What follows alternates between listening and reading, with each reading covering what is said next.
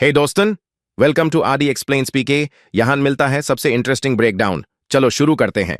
So what if season 3 का episode 3 आ चुका है, जिसके अंदर हमें ये देखने को मिलता है कि क्या होता अगर विंटर सोल्जर टोनी स्टार्क के डैड हॉवर्ड को नहीं मारता एंड उसको रोकता रेड गार्डियन। अब ये होता कैसे, चलिए जानते हैं। सो कहानी शुरू होती है रेड गार्डियन से, जो कि अपने जनरल से कहता है कि मुझे किसी बड़े मिशन में भेजो, मैं इसे चुटपुटिया मिशन में नहीं जाऊंगा। जिस पर उसका जनरल कहता है कि तुमको ऐसे मिशन में जाना पड़ेगा। लेकिन रेड गार्डियन कहता है कि मैं रशिया का पहला सुपर सोल्जर हूं और रशिया माता की कसम मैं अपना नाम ऊंचा करके रहूंगा किसी बड़े मिशन से। तभी वहां पे कार्पोव का फोन आता है और फिर उसको उठा के जनरल कहता है कि मुझे विंटर सोल्जर की मदद चाहिए। ये सुनते ही रेड गार्डियन कहता है कि मुझे पता है द रुक ने कुछ इंटेल दिया है जिसके लिए तुम्हें विंटर सोल्जर की मदद चाहिए। उसके जगह मैं जा सकता हूं और उस मिशन को अंजाम दे सकता हूं, क्योंकि मुझे पता है कि रुक भी मेरे जैसा कैपिटलिस्ट नहीं है, वो उसके अगेंस्ट है। यहाँ पे जनरल अपना माथा पीटता है और बोलता है कि तुम जाओ यहाँ से। लेकिन यहाँ पर रेड गार्डियन थोड़ा सा तमाशा करके वहां से वो फाइल उठा लेता है जो कि द रुक ने भेजा था। इसके बाद वो उसको अच्छे से पढ़ता है और हम साइमल्टेनियसली देख पाते हैं कि जो कार्पोव रहता है वो विंटर सोल्जर को एक्टिवेट करके मिशन पे भेज देता है। ये दोनों लोकेशन पे पहुंचते हैं और फिर हम देखते हैं कि विंटर सोल्जर जैसे ही पैकेज को सिक्योर करके वहां पे हॉवर्ड और मारिया को मारने वाला होता है, वहां पर रेड गार्डियन आ जाता है। रेड गार्डियन वहां पे विंटर सोल्जर को रोकता है और इन दोनों के बीच में लड़ाई होती है, जहां पे रेड गार्डियन कहता है कि तुम्हारा काम था उस पैकेज को लेना, ना कि उसको मारना, तो उन लोगों को छोड़ दो।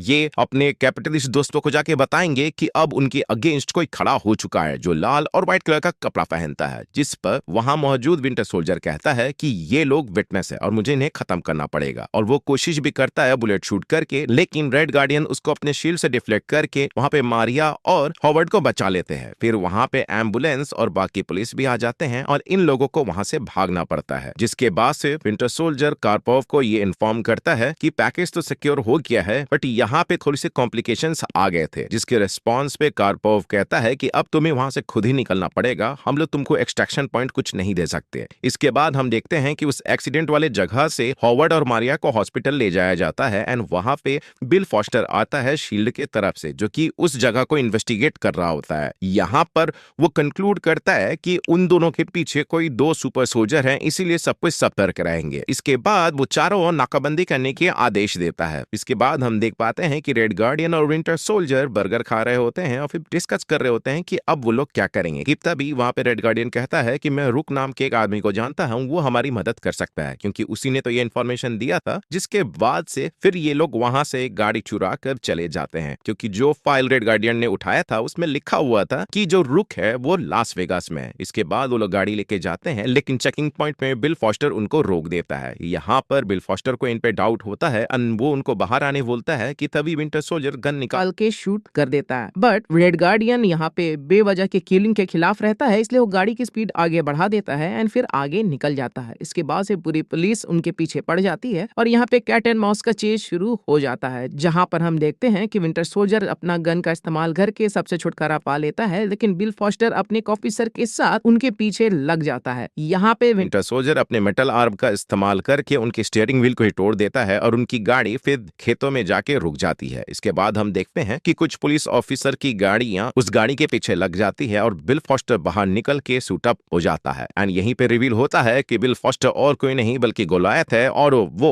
उनके पीछे दौड़ने लगता है। यहाँ पर वो लोग किसी तरह उन पुलिस ऑफिसर से तो छुटकारा पा लेते हैं, लेकिन गोलायत से नहीं पा रहे होते हैं, क्योंकि विंटर सोल्जर की गोलियां खत्म हो जाती है। जिसके बाद से रेड गार्डियन कहता है कि हमेशा लड़ना जरूरी नहीं है या फिर किसी को मारना जरूरी नहीं है, कभी कभी और उनके साथ डांस करके भी देखो। और उसके बाद से वो अपनी शील्ड उठाकर उससे हमला करता है गोलायत पे और फिर अपने अटैक से उसको वहां पे गिरा देता है, ये कहते हुए कि तुम जितने बड़े होगे उतने जोर के गिरोगे। एंड फिर वो उस गाड़ी में लैंड करता है। फिर वहां पे गोलायत नॉर्मल हो जाता है और वो जो पुलिस ऑफिसर रहती है वो भी वहां पर आ जाती है। जिसके बाद से वो बिल फॉस्टर से कहती है कि या तो वो दोनों बहुत ही ज्यादा बहादुर हैं या फिर बहुत ही बड़े वाले बेवकूफ हैं। जिसके बाद बिल फॉस्टर उठता है एंड कहता है कि ये उससे भी बुरे हैं, ये ताकतवर और एक नंबर के उल्लू के पट्टे हैं। फिर हम देखते हैं कि विंटर सोल्जर कहता है कि क्या हमें सीधे ही चलना चाहिए, जिसके रिस्पॉन्स में रेड गार्डियन कहता है हाँ, और हम देख पाते हैं कि ये लोग एक बहुत ही बड़े गड्ढे की ओर जा रहे हैं, ये सोचते हुए कि एक गाड़ी को उस स्पीड से उड़ाएंगे और वो क्रॉस कर जाएगा। एंड ये लोग अपने प्लान पे स्टिक रहते हैं और गाड़ी की रफ्तार बढ़ा देते हैं लेकिन अनफॉर्चुनेटली वो गाड़ी गड्ढे में जाके गिर जाती है।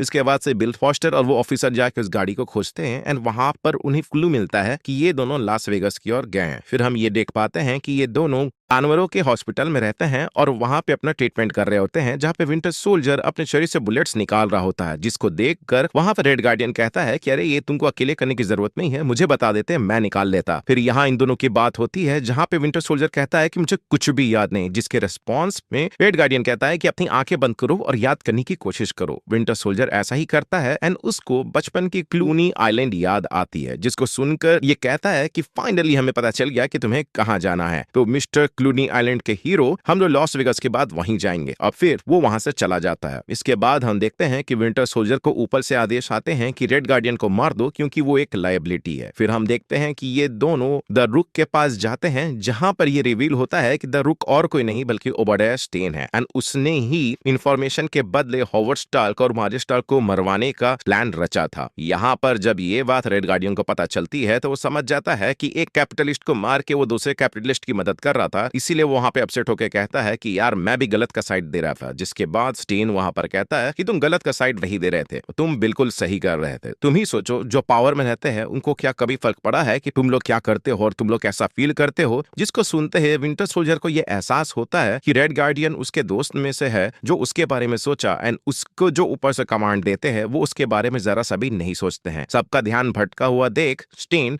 गन निकाल के शूट करने की कोशिश करता है, जिसके बुलेट को विंटर सोल्जर अपने मेटल आर्म से डिफ्लेक्ट करके रेड गार्डियन के शील्ड को उठा के उसकी ओर फेंक देता है, जिसके बाद से स्टेन ऊपर से नीचे गिर के मर जाता है। इसके बाद हम देखते हैं कि रेड रूम प्रोग्राम के कुछ सोल्जर वहां पे आते हैं जो इन दोनों को मारने की कोशिश करते हैं, लेकिन उनको वहां पे हरा के वो लोग ऊपर से कूद देते हैं। जिसके बाद बकी रेड गार्डियन को एक हाथ से पकड़ लेता है एंड दूसरे हाथ को उस बिल्डिंग में घुसेड़ देता है और फिर वो लोग नीचे स्लाइड कर रहे होते हैं। तब तक बिल फॉस्टर और वो ऑफिसर भी वहां पे पहुंच जाते हैं, जहां पे ऑफिसर कहती है कि ये लोग कैसे इंसान हैं जिन्होंने स्टार्क को छोड़ दिया और इसको मार दिया।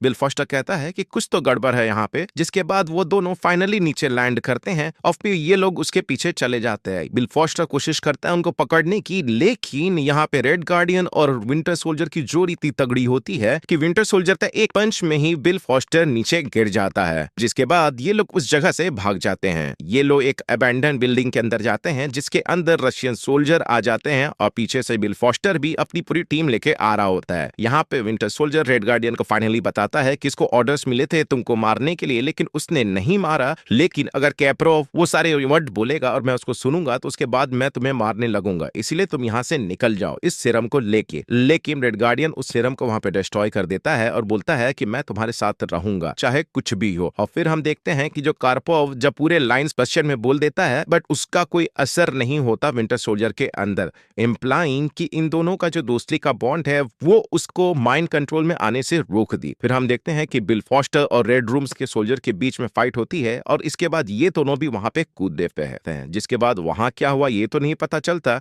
लेकिन आगे क्या हुआ ये पता चलता है। आगे हमें ये दिखाया जाता है कि विंटर सोल्जर को वापस से बर्फ में जमा दिया गया, जहां जमने से पहले वो ये अपडेट देता है कि रेड गार्डियन मारा गया। वहीं हम देखते हैं कि रेड गार्डियन किसी स्कूल में कोच बना हुआ है। वहां पे बिल फॉस्टर आकर उससे मिलता है एंड उसको एक नई टीम में ज्वाइन होने का ऑफर देता है। जिसके बाद हम देखते हैं कि डिस्टेंट फ्यूचर में जब एवेंजर्स फॉर्म होता है तो वहां पे रेड गार्डियन आ जाता है और खुद को उन लोगों के बीच में फिट कर लेता है एंड इसी के साथ ये कहानी खत्म होती है। सो आज का ये एपिसोड आपको कैसा लगा आप हमें कमेंट सेक्शन में जरूर बताइएगा। बाकी चैनल पे नए हैं तो चैनल को सब्सक्राइब कर दीजिएगा, हम ऐसे ही रेगुलर वीडियोस लाते रहते हैं। Thank you for watching this video. मिलते हैं अगले वीडियो में, तब तक के लिए बाय बाय। अगर वीडियो पसंद आई हो तो लाइक कमेंट और सब्सक्राइब जरूर करें।